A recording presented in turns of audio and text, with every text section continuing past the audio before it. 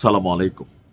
বেগম খালেদা জিয়ার শারীরিক অবস্থা এখন কিছুটা স্থিতিশীল, অথবা যেমনটা ছিল তেমনটাই আছে, উন্নতিও নেই অবনতিও নেই। তাকে দেশের বাহিরে নেওয়ার জন্য আলোচনা চলছে। কেউ কেউ বলছেন যে ওনাকে লন্ডনে নেওয়ার প্রস্তুতি চলছে, কারণ লন্ডনে জনাব তারেক রহমান থাকেন।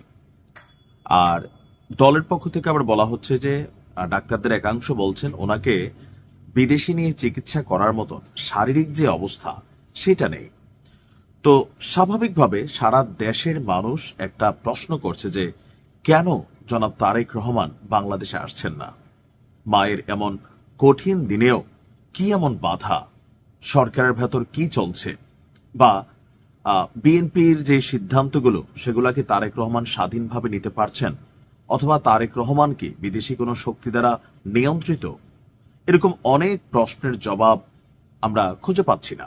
তবে এরকম প্রশ্নগুলোর একটা উত্তর দিয়েছেন জনাব তারেক রহমান, জানিয়েছেন তিনি আসলে কেন দেশে আসতে পারছেন না। তবে উনি যে স্টেটাসটা দিয়েছেন সেখান থেকে কিন্তু আরো অনেকগুলা জিনিস আবার সামনে চলে আসছে, যে আসলে ঘটনার পিছনের ঘটনা কি, উনি কি বোঝাতে চাইছেন, কারা সেই শক্তি যারা মায়ের এমন কঠিন সমস্যার মধ্যে সন্তানকে দূরে রাখার জন্য পরিকল্পনা করেছে বা দিচ্ছে না। এটা কিন্তু অনেকগুলো প্রশ্নের জন্ম দিয়েছে। আসুন দেখি জনাব তারেক রহমান তার ফেসবুকে দেশে না ফেরা নিয়ে একটা স্ট্যাটাস দিয়েছেন।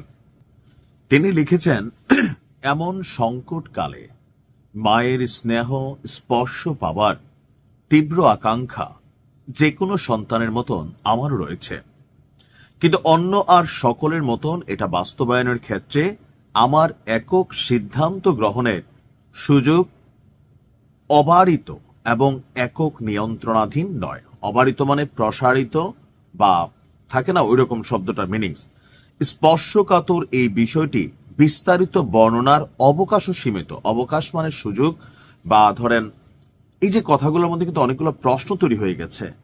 বিশেষ করে লাস্টের দুইটা লাইন যখন তিনি লিখছেন যে আমার একক সিদ্ধান্ত গ্রহণের সুযোগ অবারিত, অর্থাৎ বা একক নিয়ন্ত্রণাধীন নয়। উনি বাংলাদেশে আসবেন, ওনার মায়ের কাছে থাকে অনেক সময় পারিবারিক সিদ্ধান্ত, অথবা আজকে যদি আওয়ামী লীগ সরকার ক্ষমতায় থাকতো তাহলে সারা দেশের মানুষ এক বাক্যে বলতো যে কেমনে আসবে, আসলে তো শেখ হাসিনা গ্রেপ্তার করবে, তাকে জেলে ঢুকাই ফেলবে, মাইরা ফেলতে পারে, ভারত তাকে শেষ করে দিতে পারে। এই প্রশ্নটা একটা বাচ্চা পাগলেও করত। ইভেন এই যে দেখেন আজকের দিনে বেগম খালেদা জিয়া, আল্লাহ তাকে সুস্থতা দান করুক, ওনাকে কিন্তু বিদেশ নেওয়ার শারীরিক অবস্থা নেই, কিন্তু পলিটিক্যাল পয়েন্ট অফ ভিউতে এগুলা কিন্তু নানান ধরনের পারসেপশন তৈরি করত। এখন উনি যখন বলছেন যে উনি দেশে ফেরার সিদ্ধান্তটা ওনার একক সিদ্ধান্ত না, এখানেই প্রশ্ন তৈরি হয়েছে যে রাষ্ট্রের ভেতর কি ডক্টর ইউনূস সরকার অথবা জামাত, এখানে পলিটিক্যালি জামাতকে অনেকে দোষী করার চেষ্টা করছেন বিভিন্নভাবে, যে জামাত নিয়ন্ত্রিত ইউনূস সরকার, অথবা জনাব তারেক রহমান দেশে আসলে জামাত কোন রকম একটা বট বাহিনী অভিযান চালাতে পারে, মানে সামহাও অনেক পারসেপশন। কিন্তু আমার ব্যক্তিগত জায়গা থেকে এটা মনে হয় না। জনাব তারেক রহমান এই মুহূর্তে বাংলাদেশের সর্বোচ্চ আকাঙ্ক্ষিত পুরুষ, সর্বোচ্চ প্রটোকল পাওয়া পুরুষ। এমনকি ডক্টর ইউনূস চেয়ারে বসে আছেন, ঠিক আছে, তারেক রহমান পা দেওয়া মাত্র পুরো বাংলাদেশের অলিখিত রাজা জনাব তারেক রহমান। আইন শৃঙ্খলা বাহিনী থেকে শুরু করে ধরেন ওনাকে যদি গ্রেপ্তারও করে, কথার কথা জেল ভাইঙা ফেলবে ভাই মানুষ গিয়ে। আপনার বুঝতে হবে সিচুয়েশনটা এরকম যে জনাব তারেক রহমানকে কেউ গ্রেপ্তার করে নিয়ে যাবে, এটা প্রশ্নই আসে না। মানে এই দুঃসাহস ডক্টর ইউনূস সরকারের বা এখন আমাদের কোনো বাহিনীর নাই। তারপরে আসলে বাধাটাকে, এটা কি দলীয় কোনো সিদ্ধান্ত? মা ছেলের মধ্যে কেন দল ঢুকবে? এরপর তিনি দেখেন এই যে আমরা যে আলোচনা করতেছি এগুলো সঠিক হইতে পারে, ভুল হইতে পারে, তিনি মন খুলে বলতেও পারতেছেন না। মানে এমন একটা সিচুয়েশনে আছেন, তিনি কি নজরদারিতে আছেন, ওনার ফোন ট্র্যাপিং হচ্ছে, কিছু তো একটা ঘটছে, নয়তো কোথাও না কোথাও মায়ের এমন দিনে সন্তান আসার পেছনে আপনার বুঝতে হবে যে কত বড় একটা শক্তি এখানে কাজ করতেছে। কিন্তু কারা ওই শক্তি? আজকে দেখেন আওয়ামী লীগ তাদের মতন করে বলতেছে, যদি আজকে আওয়ামী লীগ থাকতো এই সিচুয়েশনে সারা বাংলাদেশের মানুষ শেখ হাসিনা গালাগালি করতো, তারেক রহমান বলতো যে আমি মায়ের কাছে যাইতে চাই পারতেছি না, বলতো যে বেগম খালেদা জিয়াকে বিদেশে নিতে দিচ্ছে না, এরকম একটা পারসেপশন তৈরি হতো আওয়ামী লীগের বক্তব্য।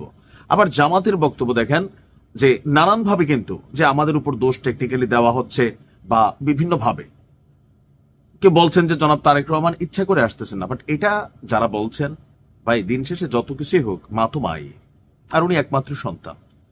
আমি বিশ্বাস করি যে তিনি আসার জন্য সর্বোচ্চ ইচ্ছা আছে, কিন্তু আসলে কোন অপারগতা, মানে কোন সেই বাধা, এটা জাতির কাছে পরিষ্কার হওয়া দরকার, যে সরকার তলে তলে কোন রকম এখানে চাল চালছেন কিনা।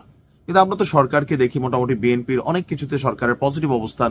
এমনকি আজকেও ভিপি সাদিক কায়েম বলছিল বাংলাদেশে দিল্লি নয় আর লন্ডনে বসে প্রেসক্রিপশন দিয়া এই দেশ চালানো যাবে না, সরকারকে উদ্দেশ্য করে বলছেন। তার মানে সরকারের সাথে বিএনপির ভালো সম্পর্ক সবাই মনে করছে, এনসিপি মনে করছে। আমার মনে হয় জনাব তারেক রহমানের একটু খোলামেলা করে বলা উচিত। ওনারা অনেক বড় মানুষ, আমরা সাধারণ মানুষ অনেক কথা বলতে পারি, বাট কেউ কেউ বলছেন যে বিএনপির ভিতরে 2-3টা টিম আছে, একটা টিম ভারতের তারেক রহমান আসলো নাকি শেষ করে দেওয়া হবে, মানে সবগুলা একটা এলোমেলো গুজব পারসেপশন তৈরি করতেছে। স্পেসিফিক একটা বক্তব্য জানা জরুরি, কি নিরাপত্তা হুমকি বা কি হচ্ছে আসলে।